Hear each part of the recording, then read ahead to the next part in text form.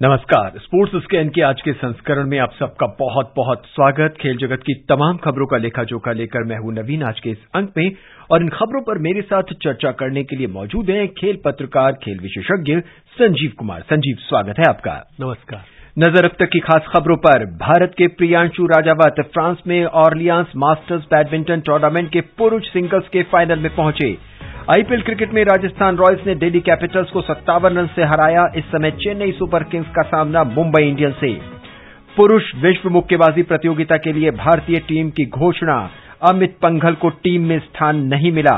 और भारत के ऊंची कूद के खिलाड़ी तेजस्विन शंकर ने एशियाई खेलों का क्वालिफाइंग मार्क हासिल किया।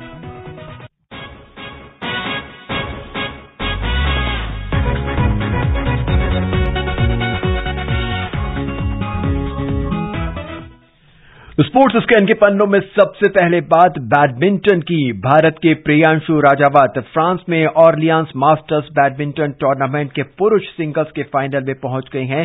सेमीफाइनल में आज प्रियांशु ने आयरलैंड के नट न्यूवेन को 21-12, 21-9 से पराजित किया। अब फाइनल में प्रियांशु का मुकाबला डेनमार्क के मैग्नस जोहानसन से होगा। फाइनल मुकाबला कल खेला जाएगा। संजीव, बात करें भारतीय बैडमिंटन की और विशेषकर बेंच स्ट्रेंथ की जो लगातार पक्की होती नजर आ रही है। प्रियांशु राजावत एक नए खिलाड़ी के उभर कर सामने आए हैं, और अगर थोड़े मुकाबले को पीछे देखा जाए, क्वार्टर फाइनल से पहला मुकाबला जब उन्होंने विश्व के नंबर 1 खिलाड़ी को हराया था, तभी उनकी योग्यता का पता चल चुका था। मैं एक करेक्शन करना चाहूंगा। दरअसल वो नंबर 1 खिलाड़ी इसमें सीडेड नंबर 1 थे। वो नंबर 1 नहीं है, बट यहाँ पर थे। 11वीं 12वीं शायद उनकी रैंकिंग है जी। लेकिन फिर भी वो टॉप प्लेयर है जापान के। और प्रियांशु ने बहुत ही अच्छा खेल दिखाया। 21 साल के हैं और बहुत ही आक्रामक खिलाड़ी हैं, और जो जिस तरह से क्रॉस कोर्ट फ्लिक को खेलते हैं, और रिटर्न्स अच्छे हैं, उनके स्मैशेस बहुत अच्छे हैं, और जिस तरह से डोमिनेंट उनकी जीत रही है, आप देखिए हर एक मैच में। इसका भी स्कोर आपने बताया, देखिए 21-9 दूसरे गेम में। तो इससे पता लगता है कि वो कितने दबदबा भरा खेल है। और ये पहली बार वो सुपर 300 जो अलग अलग श्रेणी है, हालांकि ये बहुत ऊंची श्रेणी नहीं है, 100, 200, 300 इस तरह से। तो 100 में एक दफा ओडिशा ओपन में उन्होंने फाइनल में वो जगह बनाई थी, लेकिन 300 सीरीज में ये पहला उनका फाइनल है। और जैसा आपने कहा कि एक बेंच स्ट्रेंथ तो ये है, और इसके अलावा लक्ष्य सेन है। हालांकि चोटिल होने के बाद से उनकी फॉर्म ठीक नहीं है, लेकिन टैलेंट तो है ही है। आज न कल वो उभर कर आएंगे। प्रियांशु से बहुत दिनों से उम्मीद थी, वो जूनियर में अच्छा करते रहे, एशियन लेवल पे, वर्ल्ड लेवल पे उन्होंने, बट सीनियर लेवल पे अब 21 साल के हैं वो। तो ये जब यहां पहुंचे हैं, और खास तौर पे मुझे लग रहा है उनके जो बदलाव आया होगा, उनके माइंड सेट का फर्क होता है। खेल देखिए तो कहीं से कम नहीं लगता, वो टॉप प्लेयर्स को हरा रहे हैं। माइंड सेट का फर्क होता है। तो जो थॉमस कप में जो विनिंग टीम थी भारत की अभी पिछले दिनों, उसके ये सदस्य थे।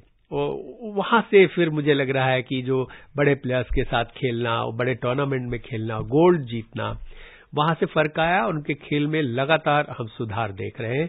तो भविष्य अच्छा है। और जो फाइनल में आपने बात की, मैग्नस से मुकाबला है, वो भी एग्जैक्टली इन्हीं की उम्र के हैं। दोनों 21-21 साल के हैं। राइट और लेफ्ट है, ये राइट वो लेफ्ट खेलते हैं। वो भी बहुत एग्रेसिव हैं, वो भी टॉल हैं, और मुझे लगता है कि एक दोनों युवाओं के बीच रोमांचक और कांटे की टक्कर होगी। संजीव, ऑन द कॉन्ट्रेरी अगर हम बात करें थॉमस के कप के बाद बैडमिंटन जो भारत ने जीता था, उसके बाद भारत की परफॉर्मेंस में कुछ खासा उछाव या नहीं आया है। भारत ने कोई टूर्नामेंट अभी नहीं जीता, चाहे हम सिंगल्स खिलाड़ी की बात करें या डबल्स की बात करें। देखिए, टीम के लेवल पर जब खेलते हैं, ऐसे हम लोग कहते हैं कि भारत को प्रतिनिधित्व कर रहे हैं भारत का, लेकिन दरअसल ये प्रोफेशनल बैडमिंटन है, और उसमें इंडिविजुअली प्लेयर वहां जाता है। वो कोई अगर आप थॉमस कप कहें या उबेर कप कहें, या फिर एशियन चैंपियनशिप कहें, वर्ल्ड चैंपियनशिप, उसमें एक टीम जाती है, देश को रिप्रेजेंट करते हैं। बट इंडिविजुअली प्लेयर्स जो है अच्छा नहीं कर रहे हैं प्रोफेशनल सर्किट में। उसकी वजह यह है कि जैसे आप सिंधु का लें, 5-6 महीने वो इंजर्ड रही। इसके अलावा लक्ष्य सेन को देखें, वो भी इंजर्ड रहे।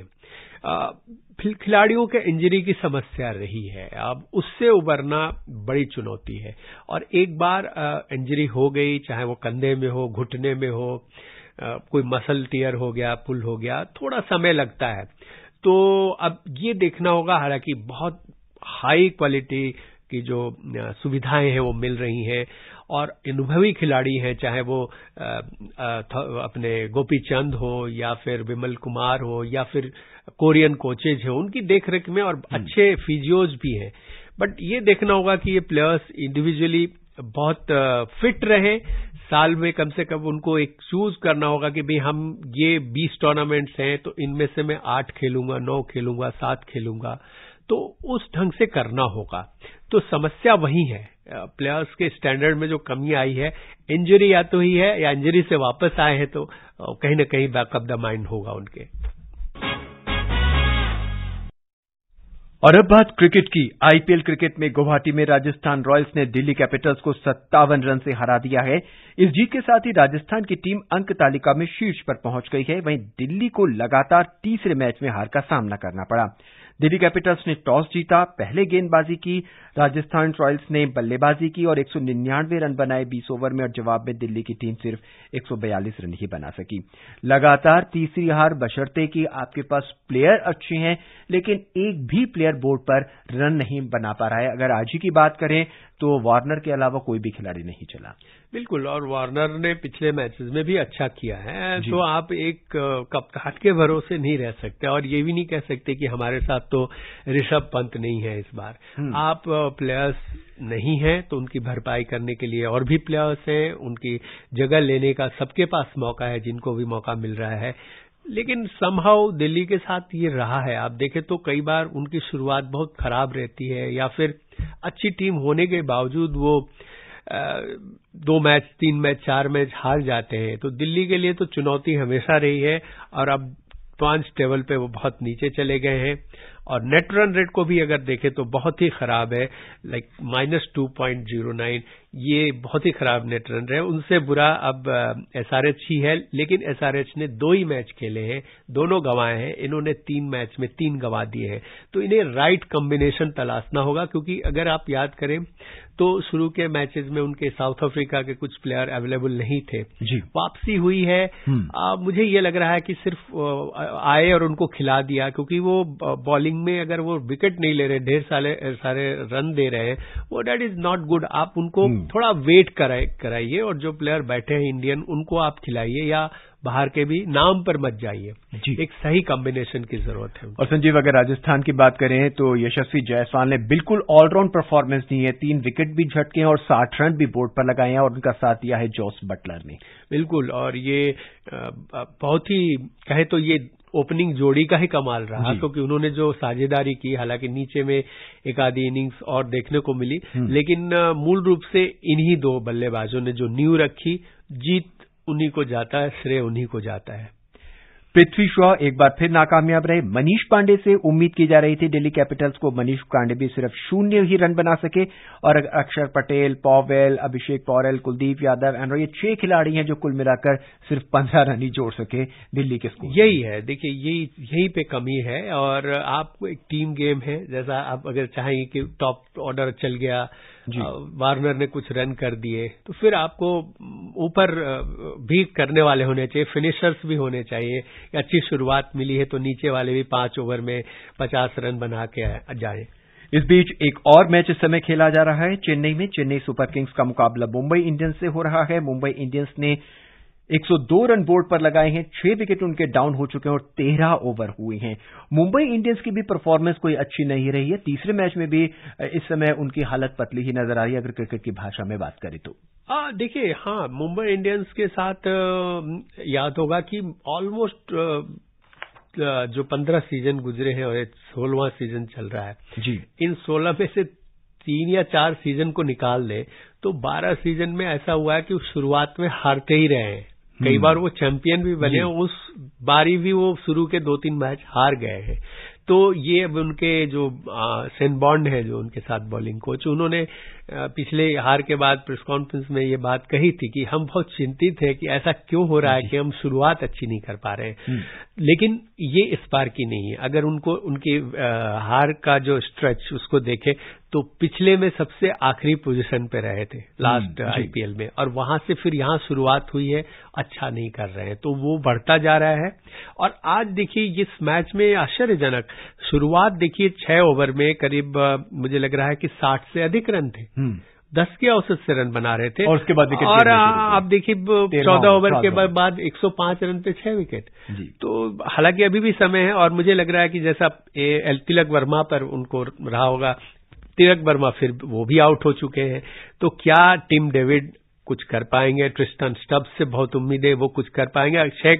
बाकी के 6 ओवर्स में अगर वो 60-65 नहीं बनाते हैं तो फिर तो मुश्किल है। संजीव, पिच की बात करें तो लगातार कहा जा रहा है कि 180 रन के आसपास का जो स्कोर होगा वो बहुत ही चुनौतीपूर्ण रहेगा। डू यू थिंक कि अब मुंबई जो है 180 रन के आसपास पहुंच सकती है? संभव है, क्योंकि जैसा मैंने नाम लिया, ये दोनों अच्छे बैटर हैं। टिम डेविड, हालांकि हमने बहुत कुछ अभी तक देखा नहीं है उनसे, लेकिन वो एक अटैकिंग बैट्समैन रहे। ट्रिस्टन स्टब्स बहुत अच्छे बैट्समैन हैं, साउथ अफ्रीका से आते हैं, वहां उन्होंने परफॉर्म किया है। देखना है कि ये दोनों चलते हैं तो वहां तक तो पहुंच सकते हैं। क्रिकेट के बाद बात मुक्केबाजी की। पुरुष विश्व मुक्केबाजी प्रतियोगिता के लिए भारतीय टीम की घोषणा कर दी गई है। अमित पंघल को टीम में स्थान नहीं मिला है। मुक्केबाजी विश्व कप इस महीने की 30 तारीख से 14 मई तक उज्बेकिस्तान के ताशकंद में आयोजित किया जाएगा। भारत की ओर से 13 मुक्केबाज अलग अलग वर्ग में अपनी चुनौती पेश करेंगे। प्रतियोगिता में 7 पूर्व विश्व चैंपियन हिस्सा ले रहे हैं। सुनते हैं शीतल शर्मा की रिपोर्ट। उज्बेकिस्तान के ताशकंद में होने वाली आईबीए पुरुष विश्व मुक्केबाजी प्रतियोगिता में 6 बार के एशियाई चैंपियनशिप और पदक विजेता शिवा थापा और 2019 एशियाई चैंपियनशिप के रजत विजेता दीपक भोरिया भारतीय टीम का नेतृत्व करेंगे। शिवा थापा 63.5 किलोग्राम वर्ग में और वहीं दीपक भोरिया 51 किलोग्राम फ्लाईवेट वर्ग में चुने गए हैं। 2022 एशियाई चैंपियनशिप के कांस्य पदक विजेता मोहम्मद हुसामुद्दीन 57 किलोग्राम वर्ग में अपनी चुनौती रखेंगे। ताशकंद में होने वाली इस चैंपियनशिप में 104 देशों के लगभग 640 मुक्केबाज हिस्सा लेंगे। भारतीय टीम 17 अप्रैल को ताशकंद रवाना होगी और विश्व चैंपियनशिप से पहले ट्रेनिंग कैंप में हिस्सा लेगी। 7 ओलंपिक वर्गों 51, 57, 63.5, 71, 80, 92 और 92 प्लस किलोग्राम में 2-2 मुक्केबाज ट्रेनिंग कैंप में हिस्सा लेंगे। 13 खिलाड़ियों के भारतीय दल में गोविंद साहनी, दीपक भोरिया, सचिन सिवाच, मोहम्मद हुसामुद्दीन, वरिंदर सिंह, शिवा थापा, आकाश सांगवान, निशांत देव, सुमित कुंडू, आशीष चौधरी, हर्ष चौधरी, नवीन कुमार और नरेंद्र बेरवाल को शामिल किया गया है। शीतल, स्पोर्ट्स कैन। भारतीय टीम की घोषणा कर दी गई और अमित पंघल टीम से बाहर है। हाँ, देखिए ये अब देखना होगा कि वजह क्या है। क्या उनकी वेट कैटेगरी में वो या इंजरी थी या क्या वजह रही, बट हाँ ये जरूर कह सकते हैं कि जो चुने गए हैं बॉक्सर्स, उसमें कुछ बॉक्सर्स आपको सरप्राइज कर सकते हैं, जिसमें कहा जा रहा है कि जो सबसे ज्यादा हाल फिलहाल जिन्होंने बहुत ही प्रभावित किया है दीपक ने जी। दीपक जो है फ्लाईवेट कैटेगरी में होंगे और उन्होंने हाल फिलहाल बहुत इम्प्रूव किया है, तो उनसे एक उम्मीद है। और एक सबसे अच्छी बात मैं बताना चाहूंगा कि यहाँ पर $2 लाख गोल्ड मेडलिस्ट को है, 1 लाख सिल्वर और 50,000 ब्रॉन्ज। तो यहाँ पर न केवल मेडल है बल्कि लाखों रुपए कमाने का आपके पास मौका भी है। महिला मुक्केबाजों ने बेहतर प्रदर्शन किया और उम्मीद कर रहे हैं कि पुरुष मुक्केबाज अब बेहतर प्रदर्शन करेंगे। और अब बात हाई जंप की। भारत के लिए पुरुष हाई जंप में राष्ट्रीय रिकॉर्ड बनाने वाले तेजस्वी ने एशियाई खेलों का 7500 अंकों का क्वालिफाइंग मार्क हासिल कर लिया है। तेजस्वी शंकर ने अमेरिका के ओरिजोना में एथलेटिक्स मीट में आज ये कारनामा किया और अपना सर्वश्रेष्ठ प्रदर्शन करते हुए डेकेथलॉन स्पर्धा में दूसरा स्थान हासिल किया। Quick comment. ये एक फ्यूचर है, इनसे हम बहुत उम्मीद करते हैं। उम्मीद करें कि गोल्ड के साथ लौटे वो, उन्होंने क्वालिफाई किया उसके बाद। जी संजीव, वक्त बहुत कम है, हम चर्चा बहुत करना चाहते थे, लेकिन आज के इस अंक में हमसे जुड़ने के लिए, तमाम खबरों पर अपना विशेष ध्यान देने के लिए आपका बहुत बहुत धन्यवाद। नमस्कार। आज के इस अंक में बस इतना ही। मुझे यानी नवीन को दें इजाजत। नमस्कार।